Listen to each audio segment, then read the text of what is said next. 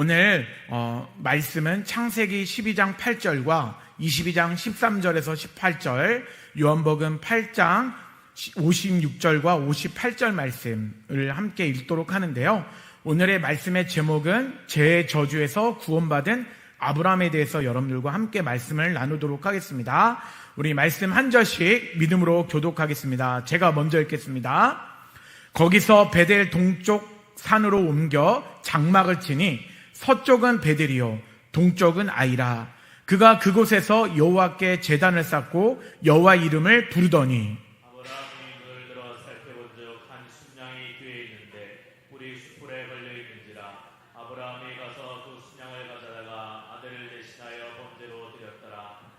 아브라함이 그 땅 이름을 여호와 이레라 하였으므로 오늘날까지 사람들이 이르기를 여호와의 산에서 준비되리라 하더라. 내가 내게 큰 복을 주고 내 씨가 크게 번성하여 하늘의 별과 같고 바닷가의 모래와 같게 하리니 내 씨가 그 대적의 성문을 차지하리라. 또 내 씨로 말미암아 천하 만민이 복을 받으리니 이는 내가 나의 말을 준행하였음이니라 하셨다 하니라. 너희 조상 아브라함은 나의 때 볼 것을 즐거워하다가 보고 기뻐하였느니라. 우리 같이 읽겠습니다. 예수께서 이르시되 진실로 진실로 너에게 이르노니 아브라함이 나기 전부터 내가 있느니라 하시니. 아멘. 오늘 이 말씀을 통해서 우리 한번 따라하겠습니다. 죄의 저주에서 구원받은 아브라함. 여러분들과 죄의 저주에서 구원받은 아브라함에 대해서 함께 나누길 원합니다. 먼저 여러분, 죄는 무엇입니까? 죄는 여러분들이 다 알다시피 헬라어로는 하마르티아라는 단어를 씁니다. 하마르티아는 관역에서 벗어나다는 뜻입니다. 그러니까 하나님의 말씀과 뜻에서 벗어난 삶을 말합니다. 그러니까 그의 생각과 삶이 하나님에서 뜻에서 벗어났다라는 것을 우리는 성경 말씀을 통해서 죄라고 합니다. 그 죄를 처음으로 지은 사람이요 아담과 하와인데요. 선악을 알게 하는 나무를 따먹으로 말미암아 너가 이 나무를 먹으면 정령 죽으리라는 말씀을 그렇게 어기게 되어서 원죄가 온 인류에 들어오게 되었습니다. 그 이후에 인간은 타락하고 인간 스스로가 죄를 짓는 것을 우리는 자범죄라고 합니다. 그래서 죄의 근원은 원죄와 자범죄에 있다는 것을 우리가 깨닫게 됩니다. 그러면 죄를 지었을 때 저주는 무엇입니까?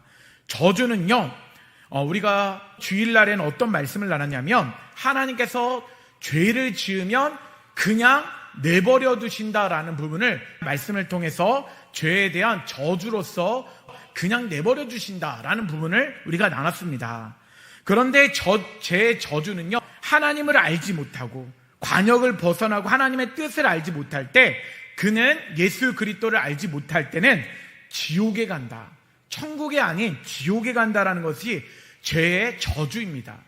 두 번째 죄의 저주라 말할 수 있는 것은요, 하나님과 동행할 수 있는 삶을 살 수가 없다라는 것. 자기의 자아도취에 빠져서 자기의 지식과 경험을 의지하면서 살아가는 것, 이런 모든 것들이 죄의 저주라고 말할 수가 있습니다. 오늘 말씀을 보면서 죄의 저주에서 구원받은 아브라함, 어떻게 아브라함이 구원을 받았고 어떻게 하나님 말씀과 함께 살았는지에 대한 부분을 여러분들과 함께 나누려고 합니다. 특별히 저는요, 이 부분이 어떤 부분이냐면 저의 논문입니다. 그리고 또한 구약 학회에서 제가 학술지로 발표했던 그런 말씀이기도 합니다. 그래서 저에게는 굉장히 큰 은혜요, 하나님께서 저에게 박사 학위를 주셨던 귀한 말씀이라고 생각합니다. 그 중에서 아브라함은요, 여호와의 이름을 부르며 구원을 받았다라는 부분을 첫 번째로 나눌 거인데, 여러분, 왜 여호와의 이름을 부르는 것이 중요한가, 여러분들과 먼저 나눠보길 원합니다. 여러분, 구약의 여호와가 신약에서는요, 주님으로 오신다는 예언의 말씀이 있습니다. 그러니까 여호와가 누구로 오신다고요? 구약의 여호와가 주님으로 오신다. 그렇다고 여호와가 다 주님이다라고 얘기하는 것은 아닙니다. 하나님의 속성도 갖고 있지만 여호와의 이름을 속성을 가지고 예수님이 오신다. 그 여호와의 이름을 부르며 아브라함이 구원을 받았다라는 부분인데요. 왜 그러냐면 예레미야 24장 7절 말씀을 보면 내가 여호와인 줄 아는 마음을 그들에게 주어서 그들이 전심으로 내게 돌아오게 하려니 그들은 내 백성이 되겠고 나는 그들의 하나님이 되리라 말씀하고 있습니다. 여러분, 이 말은요, 우리가 예레미야 4장 4절부터 보면 여러분들이 이 말씀을 듣고 집에 가서서요 동영상을 볼 수 있으면 한 번 더 보시면 더욱더 큰 은혜가 있을 줄 믿습니다. 예레미야 4장 4절에 보면 성령을 통해서 마음의 할례가 일어납니다.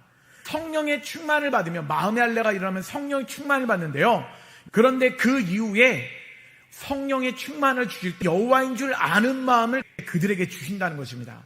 왜 그것을 알 수 있냐면요, 그들이 전심으로 하나님 앞에 돌아와서 하나님을 섬길 때는 바로 신약 시대가 되었을 때, 예수 그리스도가 오셨을 때 모든 사람들이 하나님의 백성이 되고 하나님을 섬길 수 있기 때문입니다.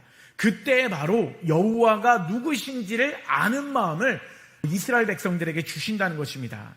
그런데 예레미야 33장 15절에서 16절 말씀에 보면 노란 줄을 제가 읽어보겠습니다. 그날 그때 내가 다윗이 세워 한 공의의 가지가 나게 하리니 그가 이 땅에서 정의와 공의를 실행할 것이라 라는 말인데요, 여러분, 다윗에게서 한 의로운 가지가 나는 분이 누구십니까? 공의와 정의를 행하시는 분, 그분이 바로 예수 그리스도십니다. 근데 16절 빨간 글씨를 보니까 이 성은 여호와는 우리의 의라는 이름을 얻으리라 라는 부분인데, 이 부분을 쉽게 해석한 것이 새 번역 성경입니다. 새 번역 성경에 16절 말씀을요 뭐라고 얘기를 하냐면, 사람들이 예루살렘을 주님은 우리의 구원이시다 하는 이름을 부를 것이다 라고 해석합니다. 이것이 쉽게 해석하면 제가 더욱 쉽게 의역해서 해석해 봤습니다. 이것은 예루살렘에서 주님이 십자가에서 죽으심으로 우리의 구원을 이루신다는 뜻입니다. 여러분, 여호와가 누구신지를 알 때, 그러니까 구약에 계셨던 그 여호와가 신약에 주님으로 오셔서 그 주님이 예루살렘에서 우리를 위해서 십자가에서 못 박히심으로 주님은 우리의 구원을 이루신다라는 말씀을 하고 있는 것입니다. 여러분, 예레미야가 조금은 낯설 수 있지만 이런 부분을 얘기하고 있다는 거. 그런데 예레미야는요 그거 한 번뿐만 아니라 예레미야 23장 5절에서 6절에도 이런 말씀을 하고 있어요. 여호와가 주님으로 오셔서 우리의 구원자가 되신다라는 말인데요, 5절 말씀의 노란 부분에 보니까 내가 다윗에게서 한 의로운 가지를 일으킬 것이라. 그가 왕이 되어 지혜롭게 다스리며 세상에서 정의와 공의를 행할 것이며, 다윗에게서 한 의로운 가지가 바로 예수 그리스도십니다. 6절 말씀에 보면 그의 이름은 여호와 우리의 공의라 일컬음을 받으리라 이야기하고 있습니다. 그것을 새 번역에 보면요, 사람들이 그 이름을 주님은 우리의 구원이시다 라고 부를 것이다 라고 이야기를 합니다. 이 이야기를 의역해서 해석하면요, 예수님만이 우리의 구원자가 되신다는 뜻입니다. 우리 한번 따라하겠습니다. 예수님만이 우리의 구원자가 되신다. 그러니까 그 새 번역을요, 우리가 있는 구약 성경을 여호와의 이름을 뭘로 바꿨냐면요, 주님이라는 이름으로 바꿨어요. 그래서 주님은 우리의 구원자가 되신다라는 부분입니다. 이 부분이요, 여러분들이 한 번도 들어보지 못한 부분이 될 수 있지만 구약에서 신약을 해석해서 나갈 때 굉장히 중요한 부분이 될 수 있다는 것입니다. 왜 그러냐면, 첫 번째, 아브라함이 구원받은 그것은 뭐냐면요, 구약 백성은 여호와의 이름을 부르며 구원을 받았기 때문입니다. 우리 한번 따라하겠습니다. 구약 백성은 여호와의 이름을 부르며 구원받았다. 스바냐 3장 9절 말씀에 이런 말씀이 있습니다. 그때 내가 여러 백성의 입술을 깨끗하게 하여 그들이 다 여호와의 이름을 부르며 한 가지로 나를 섬기게 하리니, 성령을 통해서 여러 백성의 입술을 깨끗하게 만들어서 그들을 다 여호와의 이름을 부르며 한 가지로 나를 섬기리니. 그래서 한 가지로 나를 섬긴다, 여호와의 이름을 부른다는 건 뭐냐면 주님의 이름을 부른다라는 이야기입니다. 또 이사야 43장 11절의 말씀에는 나는 여호와라, 나 외에 구원자가 없느니라 라는 말씀을 하고 있습니다. 예수 그리스도만이 천하 만민 가운데 우리의 구원자가 되시는데, 그 구원자가 구약에서는요 여호와의 이름을 부르면서 구원을 받았다는 것을 여러분들과 함께 우리가 나누는 것입니다. 왜 그러냐면 오늘 말씀 가운데 중요한 말씀인데요. 요엘서 2장 32절 말씀 같이 한번 읽어보도록 하겠습니다. 네, 읽겠습니다. 시작. 누구든지 여호와의 이름을 부르는 자는 구원을 얻으리니. 요엘서는 구약 성경에 있습니다. 여러분, 구약 백성이 누구의 이름을 부르면서 구원을 받는다고요? 네? 여호와의 이름을 부르며 구원을 받는다는 것입니다. 이것이 여러분 구약과 신약을 이어가는데 굉장히 중요한 역할이에요. 그런데 여러분, 아브라함은 누구의 이름을 부르면서 구원을 받았을까요? 아브라함. 지금 누가 누구의 이름을 부르면 구원받는다고 그랬어요? 누구든지 여호와의 이름을 부르는 자는 구원을 얻으리니라고 얘기를 했잖아요. 무슨 말인지 아시겠죠? 네, 그런데 첫 번째 말씀에 보면 어떤 말씀이 있냐면요. 첫 번째 말씀에 보면 아브라함도 여호와의 이름, 그러니까 앞으로 오실 주님의 이름을 부르며 구원을 받았다고 하는데, 우리 창세기 12장 8절 말씀, 우리 노란 부분 빨간 글씨만 읽어보도록 하겠습니다. 읽겠습니다. 시작. 여호와께 제단을 쌓고 여호와의 이름을 부르더니. 여러분, 그가가 누굴까요? 그가 12장 8절에서 아브라함입니다.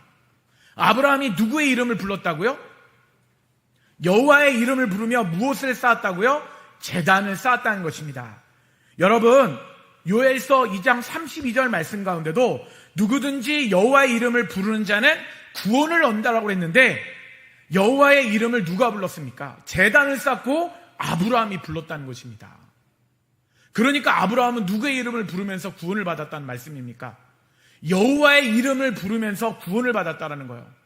근데 신기한 거는요, 아브라함은요, 한 번이 아니라 믿음의 조상으로서 대표적으로 3번을 여호와의 이름을 불렀습니다. 창세기 13장 4절 말씀에도 그가 거기서 여호와의 이름을 불렀더라 라고 이야기를 하고 있습니다. 또한 창세기 21장 33절 말씀에도 아브라함은 영원하신 하나님 여호와의 이름을 불렀으며 라고 이야기를 하고 있습니다. 그러니까 아브라함은 누구의 이름을 부르며 구원을 받았다고요? 여호와의 이름을 부르며 구원을 받았다는 것입니다. 그래서 아브라함은요, 베델 동쪽 산에 장막을 치며 제단을 쌓고 여호와의 이름을 부른 아브라함이다라는 부분인데, 여러분, 이 말씀이 왜 우리가 중요하냐면 신약의 말씀으로 우리가 이해하게 되면 이걸 말하는구나 라는 것을 알게 됩니다.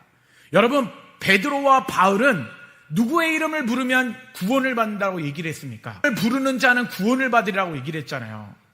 네, 우리 사도행전 2장 21절 말씀이 베드로가 오순절 마가의 다락방에서 나왔을 때 그가 이방인과 유대인들을 향하여서 외치는 소리입니다. 너희들이 구원받으려면 누구의 이름을 불러야 되는가? 우리 한번 사도행전 2장 21절 말씀 불러보도록 하겠습니다. 읽겠습니다. 시작.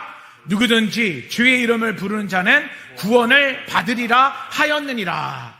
네, 여러분, 베드로가 오순절 마가의 다락방에서 성령의 충만을 받고 난 다음에 거기서 나와서 사람들에게 복음을 전하는 거예요. 누구든지 누구의 이름을 부르는 자는 구원을 받는다고요? 주의 이름을 부르는 자는 구원을 받는다는 거예요. 여러분, 이것이 너무나 중요하다는 것입니다. 또한 사도 바울도요, 그가 성령의 충만을 다메섹 도상에서 예수님을 만나고 아나니아를 통해서 안수받을 때 성령의 충만을 받을 때 그 이후에 또 이야기합니다. 로마서 10장 13절 말씀 같이 읽어보겠습니다. 시작. 누구든지 주의 이름을 부르는 자는 구원을 받으리라. 아멘. 여러분, 이 말씀이 왜 중요합니까? 베드로가요, 사도 바울이요, 이 말씀 여호와의 이름을 뭘로 바꿨을까요? 여기서 딱 보시면 구약 성경에 여호와의 이름을 뭘로 바꿨다? 주의 이름으로 바꿨다는 것입니다. 이것이 중요하다는 거예요. 그러니까 베드로와 바울은요, 70인경 성경을 보았는데, 여러분, 70인경 성경은 어떤 거냐면 기원전 BC 285년에서 247년경 사이에 이집트 알렉산드리아에서 프톨레미 2세가 바로 70인경 성경을 썼습니다. 그러니까 그 성경은요, 마소라, 히브리어 성경을 헬라 성경으로 썼어요. 왜냐하면 이집트에 사는 사람들이 성경을 못 읽고 헬라어를 알고 있는데 히브리어를 모르는 거예요. 그리고 많은 사람들이 성경을 읽을 수 있도록 히브리어를 헬라어로 바꿔달라라고 하면서 프톨레미 2세가요, 그 구약 성경을 70인역 성경으로 바꿨습니다. 헬라어로 70명의 구약학자들이 헬라어 성경으로 바꾼 것이 70인경 성경입니다. 그러니까 그 사람들이 베드로와 바울이 어떤 성경을 봤냐면 히브리어 구약 성경을 본 것이 아니라 70인경 성경을 본 거예요. 왜냐하면 70인경 성경은 많은 사람들에게 노출됐고 많은 사람들이 갖고 있었기 때문입니다. 그런데 거기 성경에는 뭘로 돼 있었냐면요, 누구든지 여호와의 이름은 부르는 자는 구원을 얻으리니, 이 말씀을 가지고 이렇게 여기 앞에 보면 히브리어 성경인데, 제가 구약학에서 학회에서 발표하는 것이 뭐냐면요, 우리 목사님은 지도를 통해서 성지순례에 대한 이야기를 하시잖아요. 저는 성경의 히브리어 원문 성경을 가지고 사마레트 오경, 히브리어, 마소라 사본, 그리고 70인역 헬라어, 이런 모든 성경을 가지고요, 성경을 쭉 나란히 한 다음에 진짜 이 본문이 무엇이었을까라는 것을 학회와 그리고 교수님들 그리고 사람들한테 발표하는 역할들을 제가 구약학에 있을 때 했습니다. 어떤 이야기를 하려고 하는 거냐면요, 유엘서의 여호와를 70인경에서는 큐리오스로 바꿨다라는 거예요. 그래서 여기 보면 여기 큐리오스라는 단어를 여기서 바꿨다는 겁니다. 아도나이 여호와를 큐리오스라는 단어로 바꿨다는 거예요.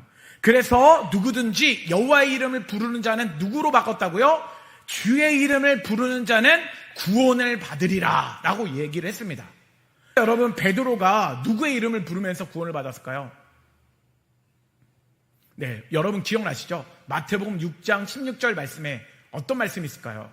주는 그리스도시요 살아계신 하나님의 아들이십니다. 그러니까 신약 성경에서는요, 주는 그리스도시요 살아계신 하나님의 아들이십니다라고 할 때 그것이 원래 구약에서는요, 히브리어에서는 여호와인데 그것을 헬라로 바꿨을 때 뭐라고요?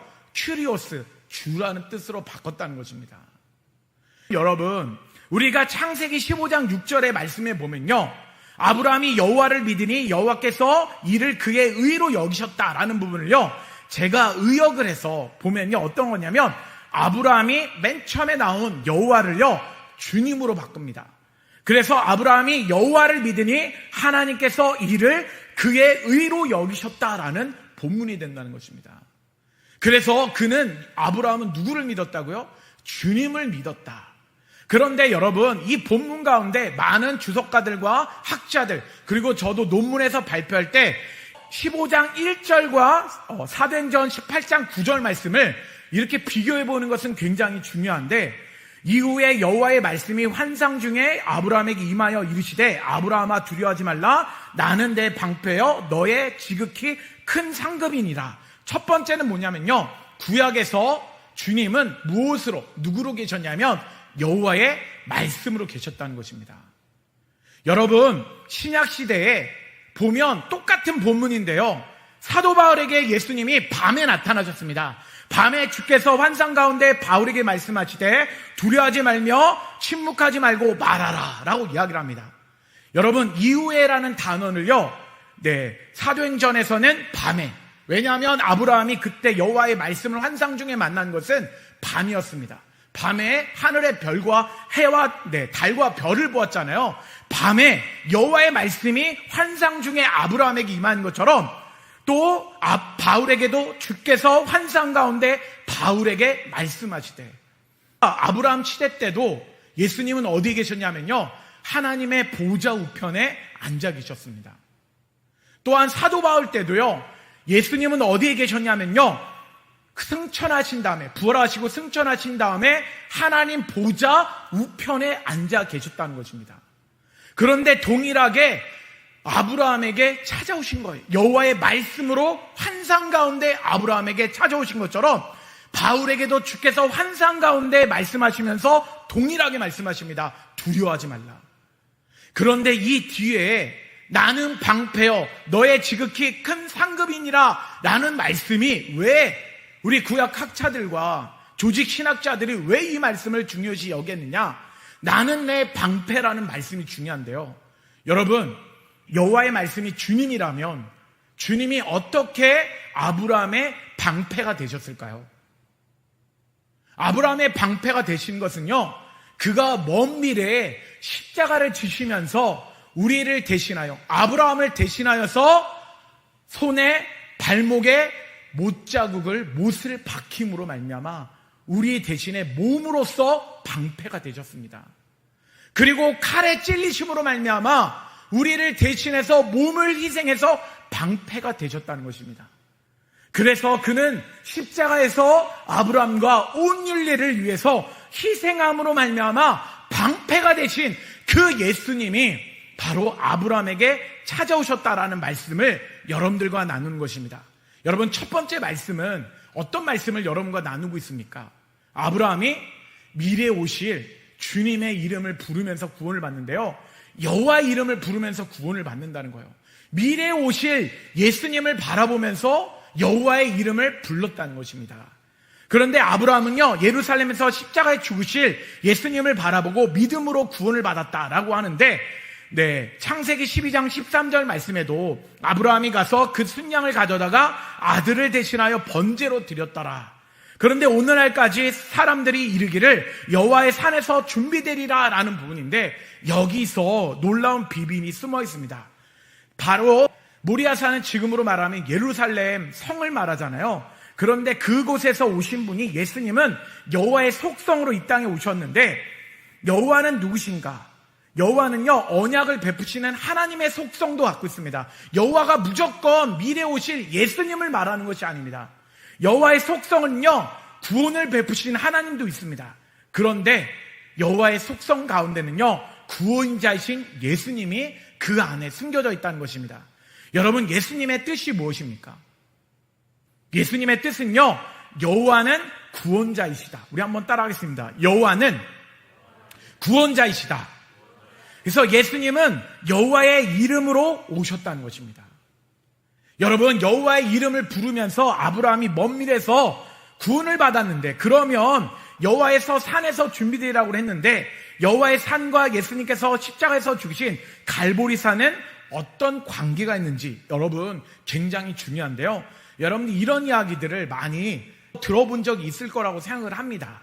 그런데 성경을 진짜 많이 읽어보신 분은요, 이 성경이 이게 보이기 시작하는 거예요. 저도 성경을 진짜 많이 읽어보니까 성경이요, 구약과 요한계시록 사이를 통해서 하나님의 구속사적인 계획이 있으셨구나. 그 중에 한 가지가 깨달은 부분이 이 말씀을 하나님 깨닫게 하시더라고요. 저는 얼마나 놀랐고 얼마나 이 말씀을 듣는데 지금도 이 말씀이 저에게 사명이고요, 이 말씀을 전할 때 저는 마음이 두근두근거립니다. 왜냐하면 여러분, 예수님께서 십자가에 죽으실 때 제패 무엇이라고 적혀있는지 여러분 혹시 아십니까? 요한복음 19장 19절 말씀에 보면 알 수 있는데요, 바로 요한복음 19장 19절에 보면 제가 위에다가 적어놨는데요, 여기서부터 시작이 됩니다. 예스와 하 노치리 바멜레흐 하 예후다임, 이런 단어가 써 있는데, 이것은 어떤 뜻이냐면요, 나사렛 예스 유대인의 왕. 우리 한번 따라하겠습니다. 나사렛 예스 유대인의 왕. 그런데 앞 글자만 딱 따니까 어떤 단어가 나왔을까요? 이 단어가 나왔습니다.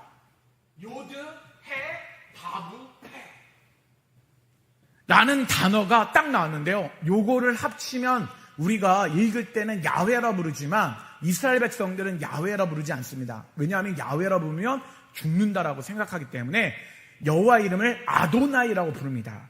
그런데 그 아도나이를 해석해 보니까 구약의 여호와가 이 땅에 십자가에 못 박혀 죽으실 분으로 오셨다라는 것을 우리가 깨닫게 되는데요, 그 앞자 한 단어씩 해석을 해보면, 아도나이를 한 단어로 해석해보면요, 요드라는 단어가 있잖아요. 그것은 손이라는 뜻입니다.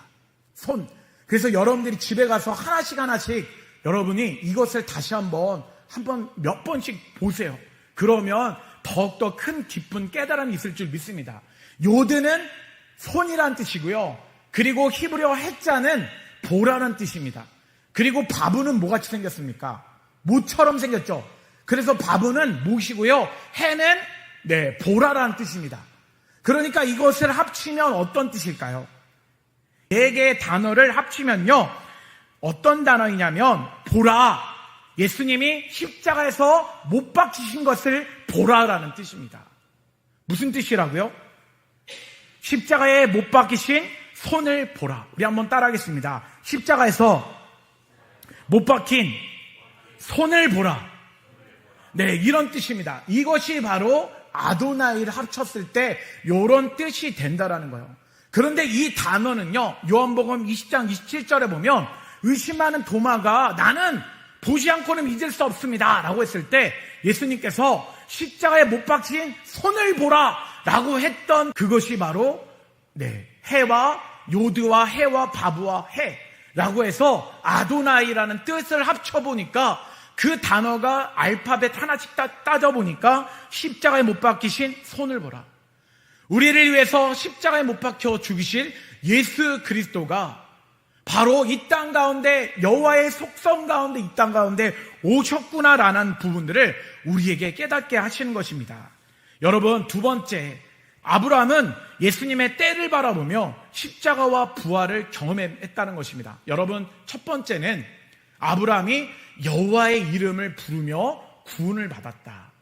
그런데 어떤 여호와의 이름을 불렀냐면요, 미래에 오실 예수 그리스도, 그분을 바라보면서 아브라함에게 방패되셨던 우리를 대신해서 십자가에서 못 박히시고 창에게 찔리시고 가시 면류관으로 쓰시면서 십자가에 못 박혀 죽으시는 그 여호와의 이름, 앞으로 오실 주님의 이름을 부르면서 구원을 받았다는 것입니다. 그러면 우리가 한 가지 점검해 볼 것은 어떤 분이냐면요, 유대인들이 여호와의 이름을 부르잖아요. 그런데 그들이 여호와의 이름을 부르는 속성은 하나님이시지만 아브라함이 불렀던 속성은 뭐냐면요, 미래에 우리를 위해서 십자가에 죽으시고 우리를 구원하실 자로 오실 그 하나님, 그 주님을 바라보면서 여호와의 이름을 부르며 구원받았다는 것입니다. 여러분, 그것을 어떻게 우리가 더욱더 확신할 수 있냐면요, 둘째, 아브라함은 예수님의 때를 바라보며 십자가와 부활을 경험하였다라는 부분입니다. 여러분, 먼저 질문을 드리면 아브라함이 여호와이신 주님을 만난 적이 있을까요, 없을까요? 아브라함이 그리스도의 선제로 오신 주님을 만난 적이 있을까요, 없을까요? 여러분, 되게 생소하죠.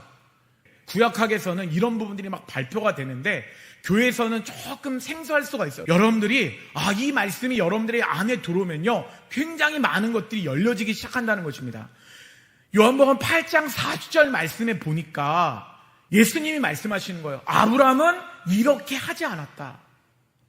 지금 유대인들이요, 아브라함을, 예수님을요, 죽이려고 하는 상황입니다. 그때 예수님이 유대인들을 향해서 말씀하시는 거예요. 아브라함은 이렇게 하지 않았어.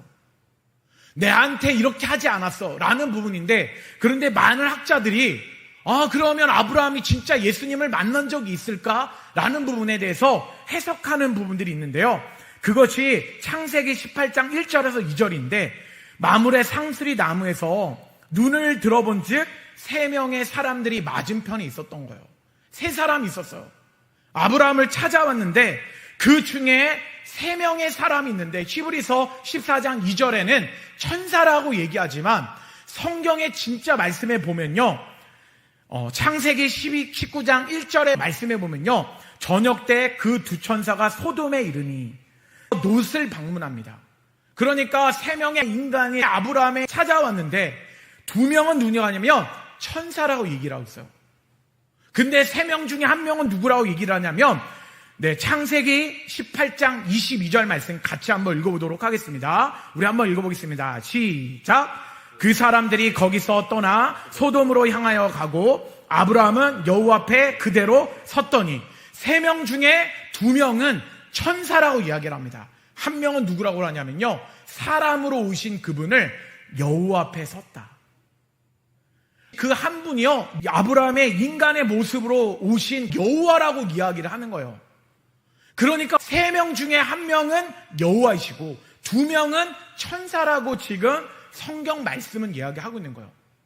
그런데 칼빈이 이 18장 22절 말씀을 어떻게 주석을 했느냐? 이 여호와는 주님이시다. 앞으로 미래의 그리스도의 선제, 주님으로 오실 그 여호와의 속성을 가지고 오신 여호와이시다라는 말씀을 선포하고 있는 것입니다. 그래서 예수님이 말씀하시는 거예요. 아브라함은 나에게 부지 중에도 내가 3명의 사람으로 방문했을 때 아브라함은 나에게 물도 주고 우유도 주고 떡도 주고 송아지도 잡아서 나에게 대접했다. 그런데 너희는 내가 하나님으로서 인간의 몸을 입고 이 땅 가운데 왔음에도 불구하고 너희는 나를 죽이려 하는도다.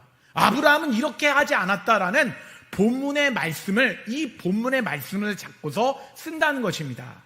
그런데 진짜로 예수님이요 이런 말씀을 하세요. 아브라함이 나의 때를 보았다라고 이야기하고 나를 만났다는 의미인데, 아브라함은 나의 때 예수님의 십자가와 부활을 볼 것을 즐거워하다가 보고 기뻐했다는 뜻인데요. 우리 요한복음 8장 56절과 58절 말씀 같이 한번 읽어보도록 하겠습니다. 읽겠습니다. 시작. 너희 조상 아브라함은 나의 때 볼 것을 즐거워하다가 보고 기뻐하였느니라. 예수께서 아브라함이 나기 전부터 내가 있느니라 하시니 라고 이야기를 합니다. 유대인들이 예수님한테 물어보는 거예요. 너 아브라함 만났어? 아브라함을 본 적 있어? 라고 했더니 예수님이 답변하시는 거, 뭐라고 답변하시냐면요, 너희 조상 아브라함은 나의 때 볼 것을 즐거워하다가 보고 기뻐하였느니라. 여기서 여러분 중요한 것이 뭐냐면요, 나의 때라는 단어인데 이 나의 때는요 헬라어로 헤메라라는 뜻입니다. 헤메라. 나의 때는 뭐냐면요, 헤메라는 주석가들이 주석에서 쓸 때 어떤 뜻이냐면요, 예수님의 십자가의 죽으심과 부활하실 때를 말합니다. 우리 한번 따라하겠습니다. 조금 어렵지만 나의 때는 예수님이 우리를 위해서 십자가의 죽으심과 부활하실 때를 말한다. 아브라함은 나의 때 십자가와 부활을 보았는데 그것을 볼 것을 즐거워하다가 라는 단어는요, 미래형일까요? 현재형일까요? 네, 좀 답변해 주시면 감사하겠습니다. 나의 때 볼 것을 즐거워하다가, 볼 것을 하면 미래입니까? 과거입니까? 현재입니까? 볼 것, 미래죠, 미래. 그러니까 여러분 2가지를 얘기하고 있어요. 그래서 본문 성경 말씀을 잘 봐야 돼요. 여러분 이 말씀은요, 나의 때 볼 것을 즐거워하다라는 이 말씀은 미래에 예수님께서 오실 것을, 십자가에 죽으실 것과 부활하실 것을 볼 것을 즐거워했다라는 거예요. 미래에 오실 것을 즐거워했다라는 거예요. 그런데 그 밑에 있는 단어는 뭐냐면요, 보고 기뻐하였느니라. 이 단어는 미래입니까? 현재입니까? 현재예요, 현재.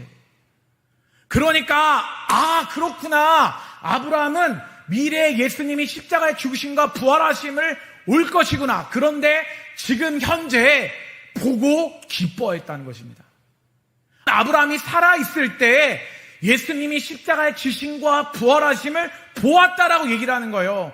그것을 통해 미래에 예수님께서 십자가의 죽으심과 부활하심을 보게 되었다라고 이야기하는 말씀이 예수님이 하신 말씀입니다.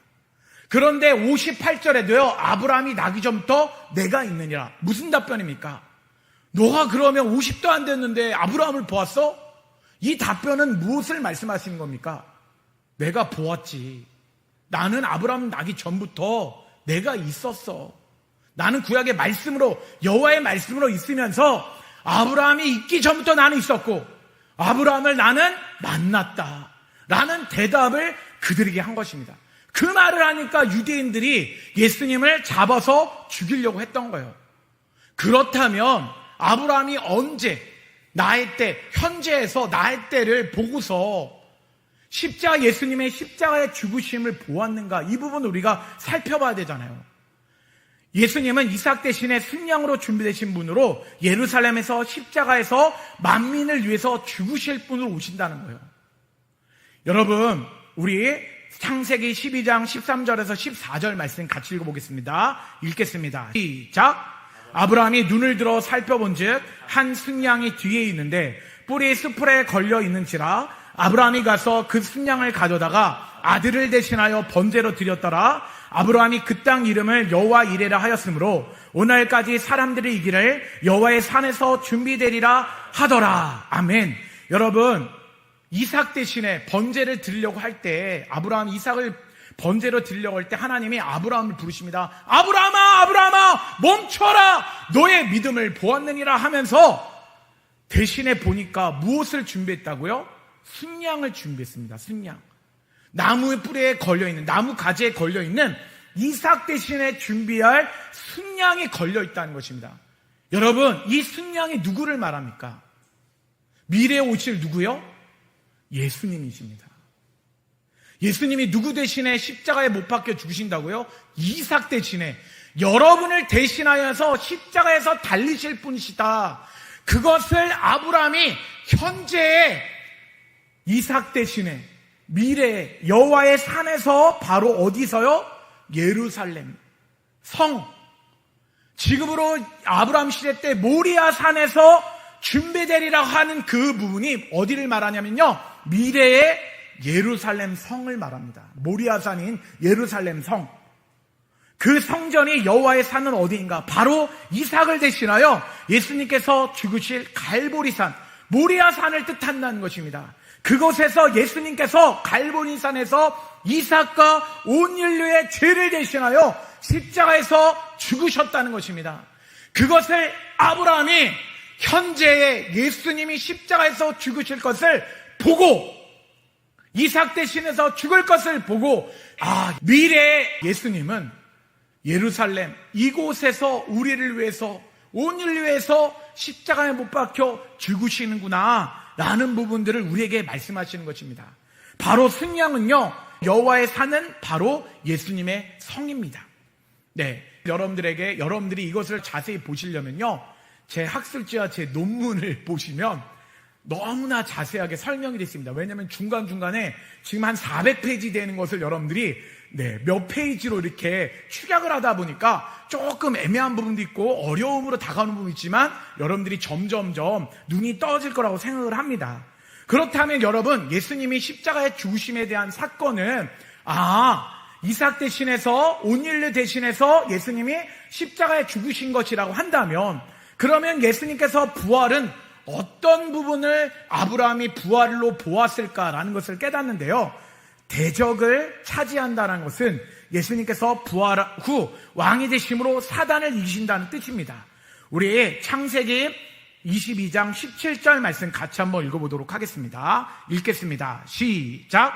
내가 내게 큰 복을 주고 내 씨가 크게 번성하여 하늘의 별과 같고 바닷가의 모래와 같게 하리니 내 씨가 그 대적의 성문을 차지하리라. 창세기 22장 17절 이 부분이 항상 여러분이 고민하면서 생각했던 부분 아닙니까? 내 씨가 그 대적의 성문을 차지하리라. 아까 말씀한 것도 이 성은 여호와는 우리의 의라는 이름, 그래서 주님은 우리의 예루살렘에서 우리를 구원하신다라는 그 이름, 그것이 내 씨가 그 대적의 성문을 차지한다는 건데, 여러분 이것은 고대 근동의 벽화를 보면 알 수가 있는데요, 고대 근동은요 어떤 부분이냐면요, 대적들이, 적의 국가들이 성을 차지할 땐 대적의 성문을 차지하는 사진입니다. 사다리를 놓고서 대적의 성문을 차지하잖아요. 그러면 그 대적의 성문을 열고서 그 병사들이 들어가서 그 성을 점령합니다. 그리고 성을 점령한 다음에 점령한 왕은 점령당한 왕의 어디를 밟을까요? 사진을 보세요. 어디를 밟을까요? 머리를 밟겠죠. 근데 지금 여기에 목의 부분을 밟는 거예요. 목과 머리를 사이를 밟는다는 거예요. 여러분 이 말씀하니까 어떤 부분이 생각이 나시나요? 창세기 3장 15절 말씀, 여자의 후손은 뱀의 머리를 상하게 할 것이다. 대적의 성문을 차지한다는 것은 뭐냐면, 예수님께서요 어떻게 되시냐면, 바로 이 말씀을 보면, 빨간 글씨를 보면요, 여호수아가 여리고 성을 점령하고 그리고 성을 점령한 다음에 지휘관들에게 얘기를 하는 거예요. 이 왕들의 목을 밟으라. 발로 밟으라 하매 그들이 가까이 가서 그들의 목을 밟으매 라는 부분이 바로 말씀 가운데 있는 것입니다. 대적의 성문을 차지한다는 것은 목을 밟는다는 건데, 예수님이 십자가에서 뱀의 머리를 어떻게 하신다고요? 상하게 하신다라는 거예요. 여러분 잘 기억하시기 바랍니다. 여러분, 광야에서 붉은 뱀에게 물렸을 때 무엇을 바라보겠습니까? 노뱀을 바랐잖아요. 어디다가? 장대에다가 노뱀을 걸어놨죠. 그러면 사람들이 고민을 합니다. 그러면 예수님이 저 뱀이야? 맞을까요? 노뱀이 예수님을 상징할까요? 전혀 모르는 사람들이 얘기하는 거예요. 바로 이것과 비슷한 거예요. 예수님이 십자가의 죽으심으로 말미암아 사단 권세, 뱀, 마귀, 사단 같은 용어이지만 이 마귀의 권세를 이기신다는 말씀입니다. 여러분, 그 말씀이요. 그래서 장대가 뭐냐면 히브리어로 이 장대가 메스라는 단어입니다. 메스가 어디서 나오냐면요. 네, 승리라는 단어. 승리라는 단어, 여호와 니시라는 단어에서 메스라는 단어가 나왔는데, 그러니까 예수 그리스도가 십자가를 지심으로 인해서 누구의 권세를 이긴다? 바로 사단의 권세를 이긴다. 여자의 후손은 내 머리를 상하게 할 것이요 너는 그의 발꿈치를 상하게 할 것이라 하면서 예수님이 여자의 후손으로 오셔서 누구의 머리를 상하게 하신다? 사단 권세, 바로 뱀의 머리를 상하게 만든다는 것입니다. 그것을 골로새서 2장 15절이 이렇게 이야기하고 있습니다. 함께 읽겠습니다. 시작. 통치자들과 권세들을 무력하여 드러내어 구경거리로 삼으시고 십자가로 그들을 이기셨느니라. 여러분, 십자가로 이기셨다고 하는데, 그렇다면 이것이 부활하고 어떤 관련이 있는가? 여러분, 예수 그리스도가요, 뱀의 권세에게 승리해서 어떤 분이냐면, 사단의 머리를 상하게 할 때는 언제이냐면요, 예수님이 십자가를 지시고 부활하신 다음에 승천하셔서 하나님 보좌 우편에 앉아 계신 다음에요, 하나님께서 예수님을 만왕의 왕으로 삼으실 때 사단 마귀의 머리를 상하게 한다는 것입니다. 그러니까 대적의 성문을 차지한다는 것은 예수님이 부활하신 이후에 하나님께서 그를 부활하게 하시고 승천하게 하셔서 하나님 보좌 우편에 앉게 하신 다음에 대적의 성문을 차지하며 대적의 머리를 상하게 하는 만왕의 왕이 되게 하실 것이다. 그 본문 가운데 대적의 성문을 차지하게 된다는 것입니다. 여러분, 우리가 점검해 보지만 제저주를 해서 구원받은 아브라함은요, 십자가에서 방패되실 여호와의 이름을 부르며 구원받았습니다. 두 번째는 예수님이 날 때 볼 것, 예수님이 십자가의 죽으심과 부활하심의 때를요, 이삭 대신에 어린 양으로 바쳐질, 순양으로 바쳐질 그 예수 그리스도, 그것을 미래에 바라면서 예수님이 십자가에 죽으실 것과 대적의 성문을 차지한다고 하면서 바로 하나님께서 예수 그리스도를 부활시켜서 하나님 보좌 우편에 앉게 하신 다음에 그가 만군을 통치하면서, 그리고 사단 마귀의 머리를 상하게 하시면서 예수님이 십자가에 죽으실 것과 부활하실 것을 보았다는 것입니다. 여러분들이 이제 짧게는 세 번째는 조금 짧으면서 여러분 마치기로 하는데요. 그러면 아브라함은 어떻게 이렇게 여호와의 이름을 부르며 구원을 받았고 십자가와 부활의 때를 지금 보면서 미래에 오실 예수 그리스도를 바라보면서 구원을 받을 수 있었을까요? 그것은 아브라함에게 주어진 복이라는 단어, 히브리어로 바라크라는 단어인데요, 그것을 통해서 우리가 해석을 할 수가 있는데, 결론은 뭐냐면요, 아브라함이 성령을 통해 믿게 됨으로 십자가의 죽으심과 부활하심을 믿는 복음을 받았다는 것입니다. 여러분, 이 말씀이 어떤 부분이냐면, 아브라함의 빨간 글씨만 읽으면 땅의 모든 족속이 너로 말미암아 복을 얻으리라. 여러분, 복이라는 단어가 히브리어로 바라크인데, 여러분, 복이라는 단어가 어떻게 쓰이냐면 성령님이 오시면 왜 아브라함이 예수 그리스도를 알 수 있을까? 보혜사 성령님이 요한복음 15장 26절에 말씀해 보니까 진리의 성령이 오실 때 그가 나를 증언할 것이요. 나가 누구냐면요, 예수님입니다. 보혜사 성령님은요, 구약시대나 신약시대 모두 통틀어서 모든 사람들에게 성령이 임할 때는요, 예수 그리스도를 알게 하시는 영으로 오신다는 것입니다. 그가 나를 증언한다. 왜 그러냐면 갈라디아서 3장 2절에도 너희가 성령을 받은 것이 율법의 행위로냐 혹은 듣고 믿음으로냐. 아브라함이 여호와께서 찾아오셔서 말씀하실 때 그는 듣고 믿음으로 말미암아 성령의 충만을 받았다는 것입니다. 여러분, 그러면서 그가 성령은 예수 그리스도를 증언하시는데, 여러분, 바로 갈라디아서 3장 8절 말씀 가운데 어떤 말씀을 하고 있냐면요, 사도 바울이 이것을 깨달았어요. 아브라함이 복음을 받았다. 복음을. 그런데 그것을 무엇과 연결해서 해석을 하냐면 아브라함의 복은 무엇이다라는 것을 해석하는데, 우리 갈라디아서 3장 8절 말씀 먼저 읽어보겠습니다. 읽겠습니다. 시작. 또 하나님이 이방을 믿음으로 말미암아 의로 정하실 것을 성경이 미리 알고 먼저 아브라함에게 복음을 전하되 모든 이방인이 너로 말미암아 복을 받으리라 하였느니라. 모든 이방인이 너로 말미암아 복을 받는데 아브라함에게 뭐를 먼저 전했다고요? 복음을 전했다는 거예요. 여러분, 유언겔리아, 우리가 또 유언겔리조라고 얘기를 하는 이 복음은 무엇일까요? 우리 모든 학자와 기독교에서 말하는 것이 무엇이냐면요, 복음이라는 단어를 정의할 때는 예수님이 우리를 위해서 십자가에 죽으심과 부활하심을 말합니다. 그런데 오늘 말씀해 보니까 아브라함의 복이 뭐라고 얘기하냐면 아브라함에게 복음을 전했다. 그것이 복이라고 얘기를 하는 거예요.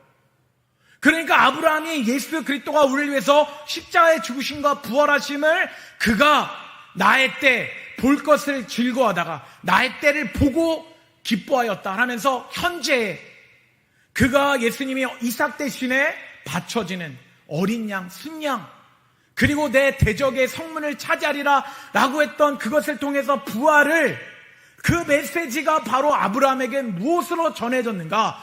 복음으로 전해졌다는 것입니다. 그런데 아브라함의 복에 대한 설명을 하고 있어요. 여러분, 이 말씀은 저는 엄청 중요하다고 생각하는 절이기 때문에 우리 갈라디아서 3장 13절과 14절 말씀 같이 한번 읽어보도록 하겠습니다. 읽겠습니다. 시작. 그리스도께서 우리를 위하여 저주를 받은 바 되사 율법의 저주에서 우리를 속량하셨으니 기록된 바 나무에 달린 자마다 저주 아래 있는 자라 하였습니다. 이는 그리스도 예수 안에서 아브라함의 복이 이방인에게 미치게 하고 또 우리로 하여금 믿음으로 말미암아 성령의 약속을 받게 하려 함이라. 여기서 아브라함의 복이라고 하는 단어를요, 아브라함의 복은 한 다음에 읽어보면 어떤 단어이냐면요, 아브라함의 복은 믿음으로 말미암아 성령의 약속을 받는 것이다. 무엇이라고요? 믿음으로 말미암아 성령의 약속을 받는 것이에요.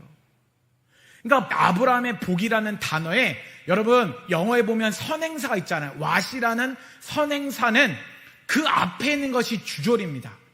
여러분들이 영어를 저보다 더 잘 아실 거라고 생각하는데, 선행사가 뭐냐면요, 선행사의 주절인데 그게 뭐냐면요, 저주를 받은 바 되사 율법의 저주에서 속량하셨으니 기록된 바 나무에 달린 자마다 저주 아래에 있는 자라 하였음이니라 라고 이야기하는데, 예수님이 우리를 위해서 십자가에 죽으심과 부활하심을 말합니다. 그러니까 그것을 제가 쉽게 설명해서, 복은 성령으로 말미암아 예수 그리스도가 십자가에 죽으심과 부활하심을 믿는 것이다.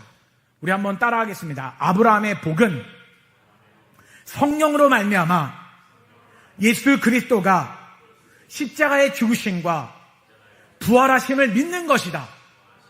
그러니까 천하 만민이 너로 말미암아 복을 받는다라는 것은 뭐냐면요, 성령으로 말미암아 예수 그리스도를 믿고 십자가의 죽으심과 그가 부활하심을 믿음으로 말미암아 모든 온 인류가 복을 받는다, 구원을 받는다. 그것이 아브라함에게 주어진 복이라는 것입니다. 그렇다면 아브라함이 어떻게 복에 대해서 성령의 충만을 받고 그가 그 복에 대한 부분들을 받을 수가 있을까라는 부분인데요. 창세기 12장 3절에 땅의 모든 족속이 너로 말미암아 복을 얻을 것이다 라는 단어인데, 여러분 이 단어와 중첨적으로 오버랩되는 단어를 한번 찾아보시기 바랍니다. 땅의 모든 족속이 너로 말미암아 복을 이라는 단어인데요. 요엘서 2장 28절의 말씀에 보면 내가 내 영을 만민에게 부어주리니, 이 만민이라는 단어는 땅의 모든 족속의 단어와 똑같은 단어입니다. 그러면 너로 말미암는 복은 무엇입니까? 바로 앞에 있는 내가 내 영을 만민에게 부어준다. 여러분, 아브라함에게 받는 복은요, 만민이 받는 여호와의 영, 성령을 말하는 것입니다. 그것을 민수기서 11장 29절에 무엇이라고 얘기하냐면, 여호와께서 그의 영을 그의 모든 백성에게 주사 다 선지자가 되게 하시기를 원하노라. 여기 두 가지가 있는데요. 모든 백성에게 무엇을 준다고요? 여호와께서 그의 영을 준다.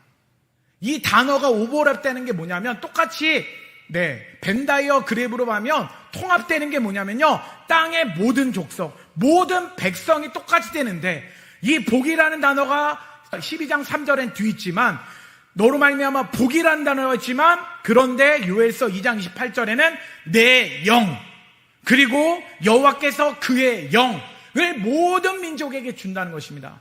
그러니까 복이라는 건 뭐냐면요, 성령으로 말미암아 예수 그리스도가 우리를 위해서 십자가에 죽으심과 부활하심을 말하는 것입니다. 그것을 아브라함을 통해서 천하 만민이 너로 말미암아 예수 그리스도가 너의 지혜로 올 것이고, 그리고 그를 믿음으로 구원을 받을 것이다 라는 단어인데, 그런데 민수기서 11장 29절에 한 가지를 더 살펴보는 건 뭐냐면요, 영을 받는 사람을 무엇이라고 할까요? 여호와께서 그의 영을 그의 모든 백성에게 다 주사 다 뭐가 되기를 원한다고요? 선지자가 되게 하신다. 그러니까 여호와의 영, 성령을 받은 사람, 모든 민족에게 성령을 받은 사람은 누가 되는 것이라고 얘기를 하는 거냐면요, 선지자가 된다는 거예요. 여러분, 선지자가 어려운 것이 아니라, 선지자는요, 성령을 받고 하나님의 말씀을 대언하는 사람을 선지자라고 얘기를 하는 것입니다. 그러면 여러분, 아브라함을 하나님께서 뭐라고 말씀하셨을까요? 아브라함, 그리고 선지자는 성령을 받을 선지자로서 환상과 꿈을 통해 하나님께 사명과 인도하심을 받았는데, 이제 마지막 말씀입니다. 여러분, 민수기서 12장 6절에 보면요, 선지자는 뭐라고 얘기했냐면, 여호와의 영, 성령을 받은 사람을 선지자라고 얘기를 했는데, 선지자는 무엇으로 하나님이 그와 말씀하시냐면요, 여호와가 환상으로 나를 그에게 알기도 하고 꿈으로 그와 말하기도 하거니와. 그래서 환상과 꿈을 통해서 누구랑 말씀하신다고요? 선지자와 말씀한다는 거예요. 그런데 우리가 말씀을 보면요, 창세기 12장 7절 말씀 같이 한번 읽어보겠습니다. 읽겠습니다. 시작. 이제 그 사람의 아내를 돌려보내라. 그는 선지자라. 그가 너를 위하여 기도하리니. 아브라함은 뭐라고요? 선지자예요. 선지자는 누구의 영을 받았다고요? 성령의 영을 받았습니다. 바로 여호와가 찾아오셔서 너희가 성령을 받은 것이 율법을 행하노느냐, 듣고 믿음으로냐, 갈라디아서 3장 2절 말씀과 같이 여호와의 말씀을 들을 때, 그는 사명을 받을 때 그는 선지자가 되었다는 것입니다. 하나님이 그를 선지자로 삼으셨어요. 그리고 창세기 15장 1절에 여호와의 말씀이 환상 중에, 환상으로 하나님은 아브라함과 말씀하십니다. 12절 말씀에도 아브라함에게 깊은 잠이 임하고 라고 하면서 잠 가운데 꿈으로도 말씀하십니다. 그러면 아브라함은 육체 할례를 받은 자가 아니라 어디에 할례를 받았다? 마음의 할례를 받았다. 성령을 통해서 마음의 할례를 받은, 그리고 다음에 17장에서 육체의 할례가 나오는 것입니다. 아브라함은 예수님을, 먼 미래에 오실 예수 그리스도를, 십자가에 죽으실 예수 그리스도를 믿음으로 말미암아 그는 마음의 할례를 받고 죄의 본성에서 떠나 예수 그리스도를 영접하고 하나님의 자녀가 되어서 그 성령을 통해서 그의 후손, 새 이스라엘 백성 되는 우리까지 포함한 모든 백성들이 성령으로 말미암아 예수 그리스도가 우리의 구원자이시오, 우리의 구원자 되심으로 하나님의 자녀가 된다는 것을 우리에게 말씀하시는 것입니다. 결론은 세 가지인데요. 아브라함은 여호와의 이름을 부르며 미래에 오실 주님을 믿음으로 구원을 받았습니다. 십자가에서 지시면서 칼과 창과 그리고 못에 박히신 그것으로 몸으로 방패되신 그분을 미래에 오실 여호와의 이름을 부르면서, 주님의 이름을 부르면서, 지금 현재는 여호와의 이름을 부르면서 구원을 받았다는 것입니다. 그리고 두 번째가 중요한데요. 이스라엘 백성들은 점진적인 예수 그리스도가 점점 밝혀지는 것을 말합니다. 그것을 뭐라고 하냐면 언약 신약이라고 하는데, 언약 신약에는 뭐냐면 창조 언약, 아담 언약, 노아 언약, 아브라함 언약, 시내산 언약, 다윗 언약, 새 언약 7가지가 있습니다. 여러분, 창조 언약 우리가 여러분 기억하시죠? 창세기 3장 15절에 바로 아까 전에 말씀드린 것처럼 여자의 후손의 머리를, 여자의 후손이 뱀의 머리를 상하게 할 것이다.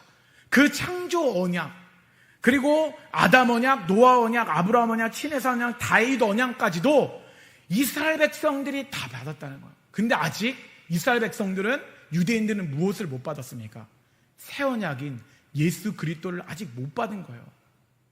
그래서 제가 이 말씀에 대한 성령 운동을 통해서 이스라엘 백성들에게 복음을 전하고, 예수 그리스도가 이 땅 가운데 여호와의 이름을 부르면서 십자가에 죽으실 분, 그리고 부활하실 그분으로 오신 분이 바로 그분이 메시아이신 예수 그리스도이시다. 이 부분을 이스라엘 백성들에게 전하기 위해서 이스라엘의 선교사로 나가려고 했던 것입니다. 그래서 세 번째는요, 이스라엘 유대인의 모든 백성에게 언약 신약을 잘 이해시키고 새 언약신 예수 그리스도를 믿고 구원받게 해야 한다는 것. 그래서 여러분들도 죄의 저주에서 빠져나온 것은요, 누구든지 주의 이름을 부른 자는 구원을 얻으리라. 그래서 주님과 동행하면서 삶 속에서 주님이 가셨던 그 길을 가는 저와 여러분 되기를 주님의 이름으로 축원합니다. 아멘.